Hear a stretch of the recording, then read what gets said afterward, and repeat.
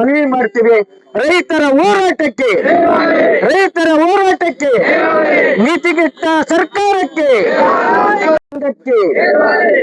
ನೋಡಿ ಆತ್ಮೀಯ ರೈತ ಬಂಧುಗಳೇ, ಏನಿವತ್ತು ನೀವು ರಸ್ತೆನಲ್ಲಿ ನಿಂತು ರೈತರು ರೋಡಲ್ಲಿ ಯಾಕೆ ಕುಂತಿದ್ದಾರೆ ಅಂತ ಯೋಚನೆ ಮಾಡ್ತಾ ಇದ್ದೀರಿ. ಇಲ್ಲಿ ಇರ್ತಕ್ಕಂಥವ್ರು ಯಾರು IAS IPS ಮಾಡಿರ್ತಕ್ಕಂಥವ್ರು ಇಲ್ಲಿಲ್ಲ ಅಂತ ಅನ್ಕೊಂಡಿದ್ದೀನಿ. ಯಾಕೆಂದ್ರೆ ನೀವು ರೈತರ ಮಕ್ಕಳು. ಇವತ್ತು ನಾವು ರೈತಿಗೆ ಬರ್ಬೇಕಾದ್ರೆ ಸುಮ್ನೆ ಬರಲ್ಲ. ಬೇಕಾದಂತ ವಿಚಾರ ಒಬ್ರಿಗೊಬ್ರು ಚರ್ಚೆ ಮಾಡ್ಬೇಕು. ಯಾಕಿದ್ದಾರೆ, ಏನಾಗಿದೆ ನೋಡಿ. ಯಾರೇ ಬಂಧುಗಳೇ, ಇವತ್ತು ಭೀಕರ ಬರಗಾಲ ಕಾಡ್ತಾ ಇದೆ. ಬರೀ ರೈತರು ಮಾತ್ರ ಕಾಡ್ತಾ ಇಲ್ಲ, ಸಾಮಾನ್ಯ ಜನ, ಅನ್ನ ತಿಂತಕ್ಕಂತ ಪ್ರತಿಯೊಬ್ಬ ಜನ, ನೀರ್ ಕುಡಿತಕ್ಕಂತ ಪ್ರತಿಯೊಬ್ಬ ಜನ, ಅವ್ರು ಯಾವುದೇ ಮಟ್ಟದಲ್ಲಿರ್ಲಿ, ಬಡವ ಇರ್ಲಿ, ಶ್ರೀಮಂತ ಇರ್ಲಿ, IAS ಮಾಡಿರ್ಲಿ, IPS ಮಾಡಿರ್ಲಿ, MLA ಆಗಿರ್ಲಿ, ಮುಖ್ಯಮಂತ್ರಿ ಆಗಿರ್ಲಿ, ಪ್ರಧಾನಮಂತ್ರಿ ಆಗಿರ್ಲಿ, ಇವತ್ತಿನ ಪರಿಸ್ಥಿತಿನಲ್ಲಿ ನಮ್ಮನ್ನ ಬರಗಾಲದಲ್ಲಿ ರೈತನ ರಕ್ಷಣೆ ಮಾಡಬೇಕು, ಜನನ ರಕ್ಷಣೆ ಮಾಡಬೇಕು.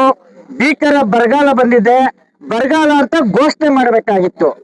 ಘೋಷಣೆ ಮಾಡಿ ಪರಿಹಾರ ಕ್ರಮನ ಸೂಚಿಸಬೇಕಾಗಿತ್ತು. ಸರ್ಕಾರ ಕೆಲಸ ಮಾಡ್ತಾ ಇಲ್ಲ. ಇಬ್ಬಂದಿ ನೀತಿಗೆಟ್ಟ ಸರ್ಕಾರಗಳು ಪೊಲೀಸ್ ಮುಖಾಂತರ ಏನು ಗುಂಡಾವರ್ತನೆ ಮಾಡ್ತಾ ಇದ್ದಾರೆ, ಏನು ಯಾರ ಮೇಲೆ ಮಾಡ್ತಾ ಇದ್ದಾರೆ. ಏನು ಈ ಸರ್ಕಾರಗಳು ಶಾಶ್ವತವಾದ ಸರ್ಕಾರಗಳಲ್ಲ, ಏನು ಇವ್ರ ಅಪ್ಪನ ಮನೆಯಿಂದ ತಂದಂತ ಸರ್ಕಾರಗಳಲ್ಲ. ನೀವು ನಾವೆಲ್ಲ ಓಟ್ ಹಾಕಿದ್ರೆ ಮುಖ್ಯಮಂತ್ರಿ, ಪ್ರಧಾನಿ, MLA ಆಗ್ತಕ್ಕಂಥದ್ದು ನಾವೆಲ್ಲ ಯೋಚನೆ ಮಾಡಬೇಕು.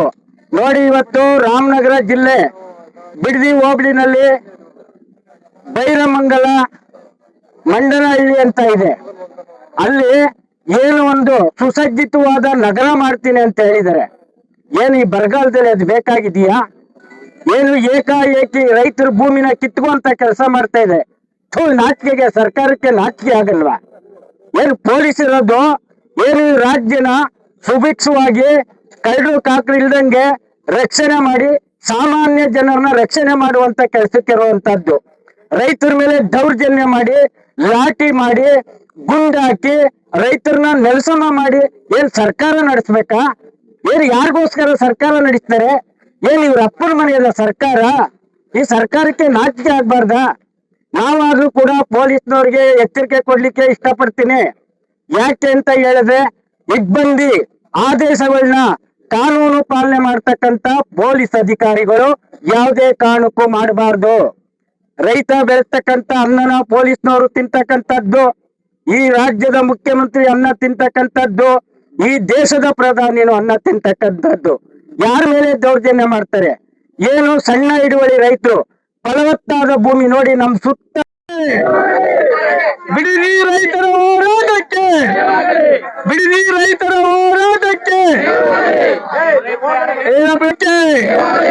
ಬಿಡಿದಿ ರೈತರ ಹೋರಾಟಕ್ಕೆ. ಏನು ಬಿಡಿದಿಯಲ್ಲಿ ಆತ್ಮೀಯ ಸಾರ್ವಜನಿಕ ಬಂಧುಗಳೇ ಹಾಗೂ ರೈತ ಬಂಧುಗಳೇ, ಏನು ದಿಢೀರ್ ರಾಷ್ಟ್ರೀಯ ಹೆದ್ದಾರಿಯಲ್ಲಿ ರೈತರು ಕುಂತ್ಕೊಂಡು ನಮ್ಗೆ ತೊಂದರೆ ಕೊಡ್ತಾರೆ ಅಂತ ಹೇಳ್ತಿದ್ರೆ, ದಯಮಾಡಿ ಸಾರ್ವಜನಿಕ ಬಂಧುಗಳು ಅರ್ಥ ಮಾಡ್ಕೋಬೇಕು. ಸಾರ್ವಜನಿಕ ಬಂಧುಗಳು ಅರ್ಥ ಮಾಡ್ಕೋಬೇಕು. ಏನು ಬಿಡದಿಯಲ್ಲಿ ಟೌನ್ಶಿಪ್ ಮಾಡ್ತೀನಿ ಅನ್ನೋ ನೆಪದಲ್ಲಿ ರೈತರ ಫಲವತ್ತಾದ ಭೂಮಿಗಳನ್ನ ಕಬಳಿಸಕ್ಕೆ ಏನು ರಾಜ್ಯ ಸರ್ಕಾರ ಹುನ್ನಾರ ಮಾಡ್ತಾ ಇದೆ. ಏನು ಶಾಂತಿಯುತವಾಗಿ 460 ದಿನದಿಂದ ಶಾಂತಿಯುತವಾಗಿ ರೈತರು ಹೋರಾಟ ಮಾಡ್ಕೊಂಡು ಬಂದಿದ್ದಾರೆ. ಏನು ಬಿಡಿದಿ ಟೌನ್ಶಿಪ್ ನ ವಿರೋಧ ಮಾಡಿ, ಯಾಕೆಂದ್ರೆ ರೈತರ ಫಲವತ್ತಾದ ತೆಂಗಿನ ತೋಟ, ಬಾಳೆ ತೋಟ, ಅಡಿಕೆ ತೋಟ, ಹೆಚ್ಚಾಗಿ ಮಾವಿನ ತೋಟ, ಸುಮಾರು ಕೋಟ್ಯಾಂತರ ರೂಪಾಯಿ ಬೆಲೆ ಬಾಳಂತ ರೈತರ ಜಮೀನನ್ನ ಟೌನ್ಶಿಪ್ ನೆಪದಲ್ಲಿ ವಶಪಡಿಸಿಕೊಳ್ಳಕ್ಕೆ ರಾಜ್ಯ ಸರ್ಕಾರ ಹುನ್ನಾರ ಮಾಡ್ತಿದೆ. ಅದನ್ನ ವಿರೋಧಿಸಿ ಏನು ಬಿಡದಿ ರೈತರು ಏನು ಟೌನ್ಶಿಪ್ ವಿರೋಧಿ ಹೋರಾಟ ಸಮಿತಿ ಅಂತ ಮಾಡಿ 460 ದಿನದಿಂದ ಹೋರಾಟ ಮಾಡ್ಕೊಂಡು ಬರ್ತಾ ಇದ್ದಾರೆ. ಏನು ನಿನ್ನೆ ರಾಜ್ಯ ಸರ್ಕಾರ ಸರ್ವೆ ಮಾಡಕ್ಕೆ ಏಕಾಏಕಿ ಅಧಿಕಾರಿಗಳನ್ನ ಕಳಿಸಿದರೆ ಅಲ್ಲಿ ಸರ್ವೆ ಮಾಡಕ್ಕೆ ನಮ್ಮ ರೈತರು ಪರ್ಕೆ ಹಿಡ್ಕೊಂಡು ಕಾಯ್ಕೊಂಡು ಯಾವುದೇ ಕಾರಣಕ್ಕೂ ನಾವು ಈ ಟೌನ್ಶಿಪ್ ಮಾಡಕ್ಕೆ ನಾವು ಬಿಡಲ್ಲ ಅಂತ ಪರ್ಕೆ ಹಿಡಿದು ಚಳವಳಿ ಮಾಡೋ ಸಂದರ್ಭದಲ್ಲಿ ಏಕಾಏಕಿ ಏನು ಅಲ್ಲಿನ ಜಿಲ್ಲಾಧಿಕಾರಿಗಳ ಆದೇಶದ ಮೇರೆಗೆ ಪೊಲೀಸ್ ಅಧಿಕಾರಿಗಳು ಏನು ಮುಗ್ಧ ರೈತರು ಮತ್ತು ಮಹಿಳೆಯರಿಗೆ ಲಾಠಿ ಚಾರ್ಜ್ ಮಾಡಿ ಅಲ್ಲಿನ ಪೊಲೀಸರು ರೈತರ ಮೇಲೆ ದಬ್ಬಾಳಿಕೆನ ಮಾಡಿದ್ದಾರೆ. ಆ ದಬ್ಬಾಳಿಕೆಯನ್ನು ವಿರೋಧಿಸಿ ಇವತ್ತು ರಾಜ್ಯ ರೈತ ಸಂಘಟನೆಗಳ ಒಕ್ಕೂಟ ಹಾಗೂ ರಾಜ್ಯ ಕಬ್ಬು ಬೆಳೆಗಾರ ಸಂಘದ ಅಧ್ಯಕ್ಷರಾದ ರೈತ ರತ್ನ ಕುರುಬೂರು ಶಾಂತಕುಮಾರ್ ನೇತೃತ್ವದ ಬಣದಿಂದ ಇವತ್ತು ರಸ್ತೆ ತಡೆ ಚಳವಳಿ ಮಾಡಿ ನಾವು ಸರ್ಕಾರಕ್ಕೆ ಎಚ್ಚರಿಕೆನ ಕೊಡ್ತಾ ಇದೀವಿ. ಏನು ಬಿಡದಿ ಟೌನ್ಶಿಪ್ ನ ಕೈ ಬಿಡದೇ ಇದ್ರೆ ಈ ಹೋರಾಟನ ರಾಜ್ಯಾದ್ಯಂತ ನಾವು ತಗೋಗ್ಬೇಕಾಗ್ತದೆ ಅಂತ ಸರ್ಕಾರಕ್ಕೆ ಎಚ್ಚರಿಕೆನ ಕೊಡ್ತಾ ಇದೀವಿ. ಏನು ಅಲ್ಲಿನ ಜಿಲ್ಲಾಧಿಕಾರಿಗಳು ಹೇಳ್ತಾರೆ ನಾವು ಏನೇ ಆಗ್ಲಿ ಸರ್ವೆ ಮಾಡಕ್ಕೆ ಮಾಡೇ ಮಾಡ್ತೀವಿ ಅಂತ ಅಲ್ಲಿನ ಜಿಲ್ಲಾಧಿಕಾರಿಗಳು ಹೇಳ್ತಾರೆ. ಜಿಲ್ಲಾಧಿಕಾರಿಗಳೇ ನಿಮ್ಗೆ ಈ ಮುಖಾಂತರ ಚಾಲೆಂಜ್ ಮಾಡ್ತೀನಿ, ನಿಮ್ಗೆ ತಾಕತ್ತಿದ್ರೆ ಜಿಲ್ಲಾಧಿಕಾರಿಗಳಿಗೆ ತಾಕತ್ತಿದ್ರೆ ಬಂದು ಸರ್ವೆ ಮಾಡ್ಲಿ, ರೈತರ ಶಕ್ತಿ ಏನು ಅಂತ ರಾಜ್ಯ ಸರ್ಕಾರಕ್ಕೆ ನಾವು ತೋರಿಸ್ಬೇಕಾಗ್ತದೆ. ಯಾಕೆಂದ್ರೆ ಅಲ್ಲಿನ ರೈತರ ಫಲವತ್ತಾದ ಭೂಮಿ ಜಿಲ್ಲಾಧಿಕಾರಿಗಳ ಅಪ್ಪನ ಮನೆಯದಲ್ಲ, ಜಿಲ್ಲಾಧಿಕಾರಿಗಳ ಮಾವನ ಮನೆಯದಲ್ಲ. ಏನು ರೈತರು ಅಂದ್ರೆ ಏನು ಅಂತ ತಿಳ್ಕೊಂಡಿದ್ರು ಜಿಲ್ಲಾಧಿಕಾರಿಗಳಿಗೆ ಎಚ್ಚರಿಕೆನ ಕೊಡ್ತೀವಿ. ಈ ತರ ಅಸಂಬದ್ಧವಾದ ಮಾತನ್ನ ಆಡಬಾರ್ದು. ಯಾರು ರೈತರು ಈ ದೇಶದಲ್ಲಿ ರೈತರು ಕೆಡಿದ್ರೆ ಯಾರಿಗೂ ಉಳಿಗಾಲ ಇಲ್ಲ. ಮಾನ್ಯ ಮುಖ್ಯಮಂತ್ರಿಗಳು ಗಂಭೀರವಾಗಿ ಚಿಂತನೆ ಮಾಡಬೇಕು. ನಿನ್ನೆಯಿಂದ ಈ ಹೋರಾಟ ತಾರಕಕ್ಕೆ ಏರಿದೆ. ಇವತ್ತು ಮೈಸೂರು ಜಿಲ್ಲೆಯ ಎಲ್ಲಾ ತಾಲೂಕು ಕೇಂದ್ರಗಳಲ್ಲಿ ರಾಜ್ಯ ಕಬ್ಬು ಬೆಳೆಗಾರ ಸಂಘ ಸರ್ಕಾರದ ಗಮನ ಸೆಳೆಕೆ ಮತ್ತೆ ಸಾರ್ವಜನಿಕರು ವಿಚಾರ ತಿಳ್ಕೋಬೇಕು. ಯಾಕೆಂದ್ರೆ ಬಿಡದಿ ರೈತರು ಫಲವತ್ತಾದ ಭೂಮಿ ಕೊಟ್ಬಿಟ್ಟು ಏನ್ ಮಾಡ್ಬೇಕಪ್ಪ, ಏನ್ ಮಾಡ್ಬೇಕು? ಇವತ್ತು ನೀವೆಲ್ಲ ಊಟ ಮಾಡ್ತಿರೋದು ರೈತ ಬೆಳೆಯುವಂತ ಬೆಳೆಗಳಿಂದ. ನಾವು ಚೆನ್ನಾಗಿದ್ರೆ ನೀವೆಲ್ಲ ಚೆನ್ನಾಗಿರ್ಬೇಕು. ಇವತ್ತು ಜಿಲ್ಲಾಧಿಕಾರಿಗಳು ಊಟ ಮಾಡೋದು ರೈತ ಬೆಳೆಯುವಂತ ಬೆಳೆಲಿ. ಯಾಕೆ ನಿನ್ನ ರೀತಿ ಹೇಳು? ಅವ್ರು ಬಹಿರಂಗವಾಗಿ ಕ್ಷಮಾಪಣೆ ಕೇಳಬೇಕು.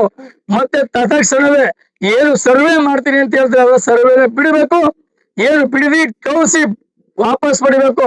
ಇವತ್ತು ಬಿಡದಿ, ನಾಳೆ ಮೈಸೂರು, ನಾಳೆ ಶಿವಮೊಗ್ಗ, ನಾಳೆ ನರಸೀಪುರಕ್ಕೂ ಬಂದ್ಬಿಡ್ತದೆ. ರೈತರು ಎಚ್ಚೆತ್ಕೋಬೇಕು. ಯಾವುದೇ ಕಾರಣಕ್ಕೂ ರೈತರು ಈ ದೇಶದ ಬೆನ್ನೆಲುಬು. ರೈತ ಇದ್ರೇನೆ ಈ ದೇಶ ಸುಭಿಕ್ಷವಾಗಿ 140 ಕೋಟಿ ಜನ ಇವತ್ತು ಊಟ ಮಾಡ್ತಾ ಇದ್ದಾರೆ ಅಂದ್ರೆ, ಅನ್ನ ತಿಂತಾ ಇದ್ದಾರೆ ಅಂದ್ರೆ ಈ ರೈತ ಬೆಳೆದಂತ ಬೆಳೆಗಳ ಶ್ರಮ. ಯಾರಾದ್ರೂ ವಿರೋಧಿ ಮಾಡ್ತಾ ಇದ್ದಾರೆ ಅವರು ಖಂಡಿತ ರೈತರ ಅನ್ನ ತಿಂತಿಲ್ಲ ಅಂತ ಹೇಳ್ಬೇಕಾಗ್ತದೆ. ರೈತರ ಅನ್ನ ತಿನ್ನೋರು, ಬೆಳೆದಂತ ಅನ್ನ ತಿನ್ನೋರು ಸಂಪೂರ್ಣವಾಗಿ ಬಿಡದಿ ರೈತ ಹೋರಾಟಕ್ಕೆ ಬೆಂಬಲ ಕೊಡಬೇಕು.